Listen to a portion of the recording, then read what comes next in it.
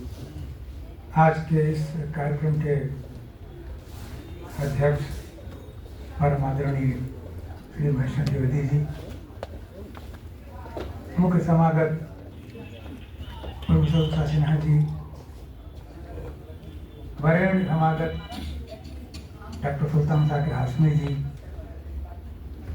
आदरणीय मिथिलेश दीक्षित जी और किरण जी, और मुख्य वक्ता के रूप में आदरणीय श्री मंगल सिंह मंगल जी।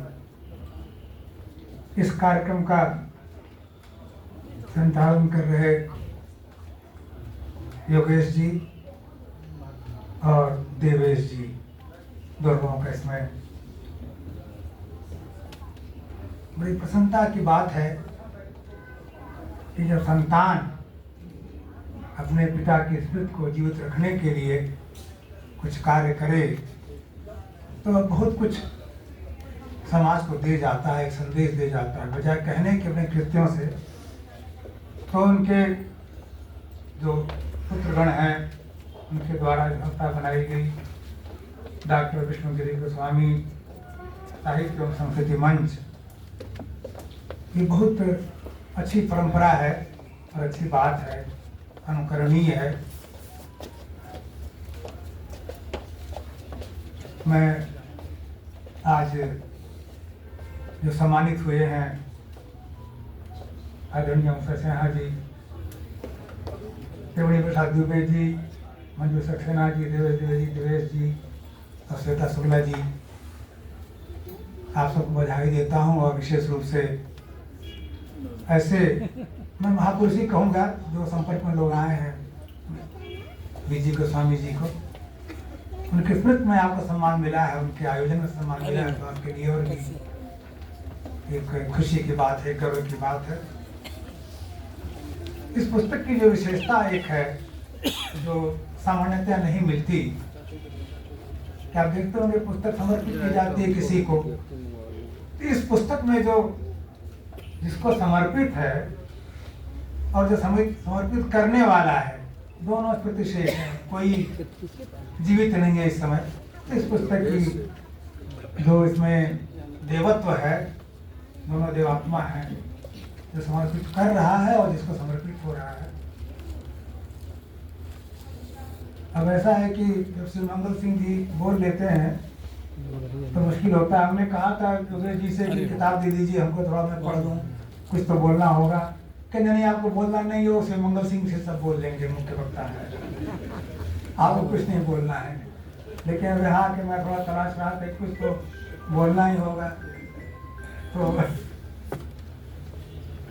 बीजी गोस्वामी जी का साथ रहा हम लोगों का, देखा हम लोगों ने। मेरे से कोई बच्चा होता है ना, बच्चे जैसा व्यवहार होता था।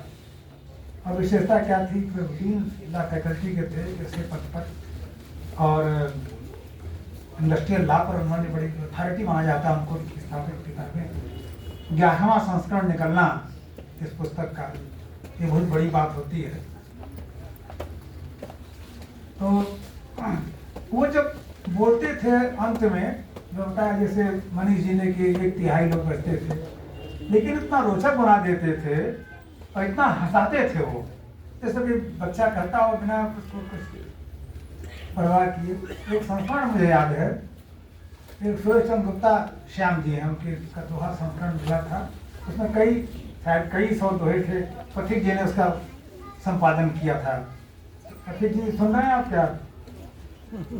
तो वो दोहा इतने अधिक दोहे थे, शायद दोहे 3000 थे, तो उसमें रिपीटिशन था छपने के लिए। तो पथिक जी ने बड़ी मेहनत करके छाटे के दोहे रिपीट न हो जाए, दोहों में रिपीटिशन हो जाता है, तो छापेंगे आप समय समय में लिखेगा तो रिपीटिशन न हो, तो वो छाटे कई 100 दोहे निकाले पथिक जी ने। तो जो दोहे बचे उसको छापा गया कि रिपीटिशन नहीं है। फिर जब बोलने की बारी आई तो हमारे आदरणीय सुल्तान साकिर हाशमी जी भी बहुत प्रबुद्ध हैं, वो छाट निकाले कि इसमें 4 दोहे ऐसे हैं जो रिपीट हुए हैं इतनी मोटी किताब में।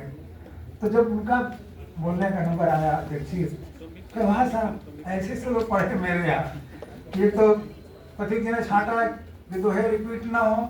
अब देखिए मंच पर बैठे बैठे हमने छाट लिया, वाह भाई वाह।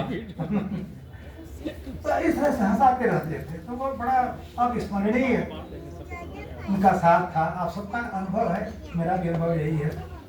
तो दूसरी बात कि जो धर्मपत्नी थी शिवा गोस्वामी जी का घर का नाम बुलाने का माया था, इसलिए वो उन्होंने शिवा माया उनका नाम रखा। वो भी जुड़ी हुई फेसबुक पर लिखती थी, वो इतनी विनम्र थी कि विश्वास नहीं होता था। जैसे हमने कुछ लिखा मान लीजिए तो कमेंट कर, सर, अरे हमने कहा क्यों सर लिख रही है, कि नहीं मैं सर लिखूंगी। जैसे वो गोस्वामी जी थे वैसे उनकी धर्मपत्नी थी, मतलब बड़ा अजीब उनका जोड़ था। और जहाँ तक मुझे पता है कि वो ला की वो लेक्चरर थी, उन्होंने छोड़ दिया था परिवार पालने के लिए, बच्चों को पालना, इसलिए उन्होंने रिजाइन कर दिया था। वो ला की वो भी लेक्चरर थी, वो भी। तो वो पूरा उनका परिवार ही विनम्र था। जहाँ माता पिता दोनों विनम्र होंगे तो संतानों को विनम्र होना ही है। एक बार उनके परिवार के लिए तालियां चाहता हूँ आप सबकी।